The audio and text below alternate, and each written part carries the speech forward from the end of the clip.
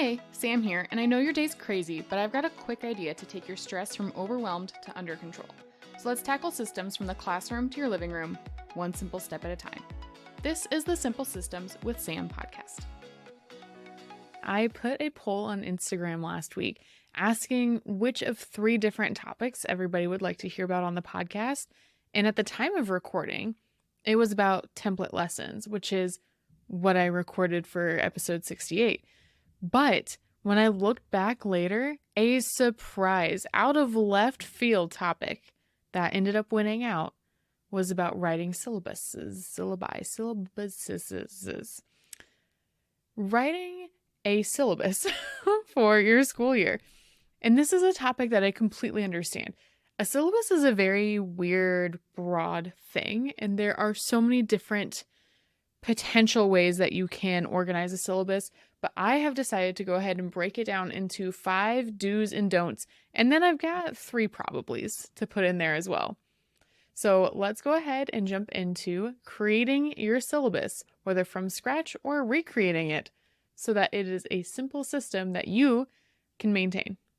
And what I mean by that is if you look at the goal of a syllabus, I want you to define what your goal of a syllabus might be. For me, it is to have a signed contract between parent, student, and teacher for agreements that we all make that should last pretty much the whole year. It's getting students and parents to acknowledge the rules and policies in the classroom that the students agree to follow, and it's setting a standard to refer back to all year. Then, as kind of an added bonus, it is a place where you can always put beginning of the year info and any contact information you want. But when it comes down to it, we tend to overdo a syllabus or put things in there that really are just tying us too much to what we put in the syllabus. So to start off, our first do is put your contact information and office hours or time periods when you can be expected to receive emails, receive phone calls, or when students might be able to come and get extra help. This is all something that every parent is grateful to know and is going to help you down the line. But the don't that goes along with this is do not promise a specific response time. Do not say even that I will try to return your email within 24 hours. Some parent emails need to go through other channels.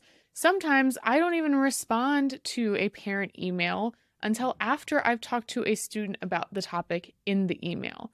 Because if a parent comes to me with a concern about their student and I see their student the next class period, it's way easier for me to pull them aside, have a mini conference, and then go back and send an email saying that we discussed it in class. Number 2 of our do for building a syllabus is put your simplified rules and policies that you will reference regularly. For example, I have 2 classroom rules. The first one is safety. I do not play with safety when it comes to a science classroom. If I think you are doing anything moderately unsafe, yes, you are breaking my rule. Number 2 is respect. Respecting yourself, respecting others, respecting the classroom. That's my rules. If you are not maintaining those 2 rules, then you will have to move through some consequences. Also put in there a couple different policies, and I will reference the Classroom Essential checklist that I will link in the show notes for you. It's the list that I wish I had when I was a first-year teacher of all the things that I should probably have looked at before the first day of school, and the policies and procedures that I hadn't thought through that are crucial to running an effective classroom. And this is actually getting a facelift. So if you are already on my email list or you go ahead and sign up on the link and get this version, in the next 2 weeks, you'll get the updated, new and improved version, which will include links to anything helpful that I have to help you with that specific topic.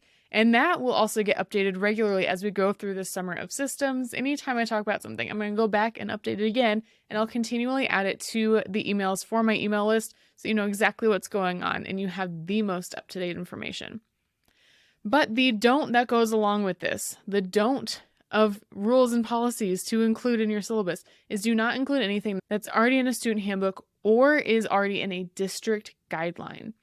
So if you are going to have a cell phone policy that is different than that of the school, you might want to put that in there. But if you're following your school's cell phone policy or your school's technology policy or your school policy about food in the classroom, do not put it in your syllabus. Do not overwhelm your syllabus with more information than is necessary because you do not need to set that contractual agreement. It's already going to be done when they sign the student handbook at the beginning of the year. Number 3 things to do for your syllabus is put a course description and a rough list of units. One thing that I've found is that having a course description on the syllabus is more important than the extra space on the syllabus. It is taking up valuable space there because one, when you have upper level classes where there's a prerequisite, then the syllabus might be the place where students finally realize, oh, I don't have that math background, or oh, I didn't do this prerequisite course. Or in the case of, for example, I had foreign exchange students last year. They used my syllabus to transfer credit back to their home school. And so having the course description is going to allow everybody to have a better understanding of what your course is about. Especially right now, my freshman course, which is essentially a physical science, goes by a ridiculously long name. And so nobody really knows what it's about. So giving a course description helps. And then a rough list of the units. The thing that you do not do is you do not put details on how you are planning out the units or timelines. You might have a rough idea of when semester 1 is going to end and what topic you're going to end on, and then what topics will be semester 2. Unless you're 100% certain, please do not put it on there. Because the thing is, you are putting this into a contract that you are signing between parents, students, and yourself. And so if you cannot promise that that deadline is going to be met for whatever reason, even though it's not a legally binding contract, it is something that you want to be as effective for you as possible. So as few details as you can put, but while still being extremely accurate, is going to benefit you in the long run. Number 4 is you do want to put how you break down your grades, especially if you do descriptive breakdowns by a type. So for me, I do tests and quizzes in one category. It is 40% of the overall grade for my students. And then the next category is going to be labs and projects. And by including those 2 categories into one, I'm giving more description so parents understand what is going on there. And then I will also have a classwork and a homework section, and then my grading is set. I will put in how much the percentage of the final is, and I'm done. The thing that you do not want to do is put in here that you promise to turn around grades every Thursday, or you promise to get assignments back to students within 24 hours. Do not make those types of promises unless you are 1,000% sure you can keep them. It might be tempting at the beginning of the year to be the teacher that feels really on top of it and put those in there, but it's not information that parents need to have. It's not information that your students need to rely on. In fact, you're probably putting yourself in a corner that's going to cause you way more stress. All right, and number 5 for the do for building a syllabus, have parents and students sign a copy and share that copy digitally. Maybe not the signed version, but make sure they have access to a digital copy and make sure that they have acknowledged the policies and the regulations and the grade breakdowns and everything that you put into there. And then for the don't on this, it's actually don't forget to include a little footnote. I put a little asterisk in my syllabus that says all policies are subject to updates and parents/students will be notified of any changes. This means that I have the flexibility to change a policy as needed. So for instance, if I had a food policy where students could eat in my classroom but not in the lab stations, which is what happened to me last year, and they lose that policy. They don't get to have snacks in my classroom anymore because we have fallen behind on both of my rules, safety and respect. We don't share food. It's gross. There's lots of germs. But also we need to clean up after ourselves. So when we lose that privilege, I can then update everybody and say, this is now the new policy. It may seem small, especially when it comes to something like snacks, but that's just an example that I'm using. You can use this for any of the policies that you put into your syllabus. Now, the things that I put on my probably include on your syllabus list would be a list of materials that students might need specifically for your class, or also materials that you are requesting if parents would like to submit classroom materials for you to use, like Kleenex, like paper towels, anything of that nature, then I would include that on the syllabus because this is one of the only times you're going to have parents' undivided attention. Then I would probably also include any statements about any matching standardized tests that might go along with your course.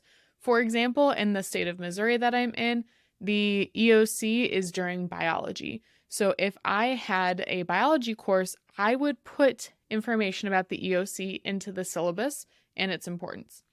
If I taught government in the state of Missouri, I might need to tell people that students have to pass the U.S. Constitution test to graduate. So it would be nice if they, learned all the material and focused on it. And then another thing I would probably include is a list of any possible field trips or major projects that you want parents to be aware of. For example, my first year teaching at a small middle school, we did a field trip to space camp. It was absolutely amazing. But that's something that parents need to know about up front, because that was something that was going to take some planning. It was going to take some finances. Or also, if you do a science fair, having a understanding that science fair will happen when the beginning of the year is there, even though it's not for a few months, prepares parents and students mentally that that project is already coming.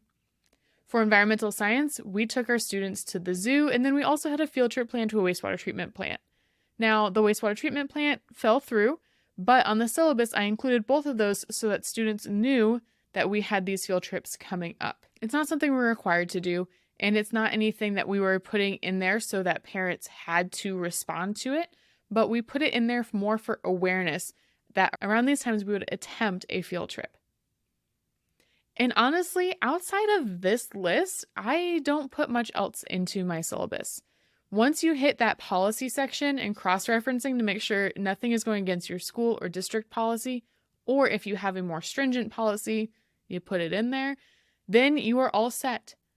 If you're interested in having more specific details on how to build your syllabus and templates that you can plug in your information to, then go ahead and sign up at the link in the description or in the show notes here so that I can get you on the wait list for my free syllabus creation guide. I'm going to give you templates and I'm going to give you ideas for what to include and where, and you can just take the information I give you and plop it into your own so that you have something ready to go.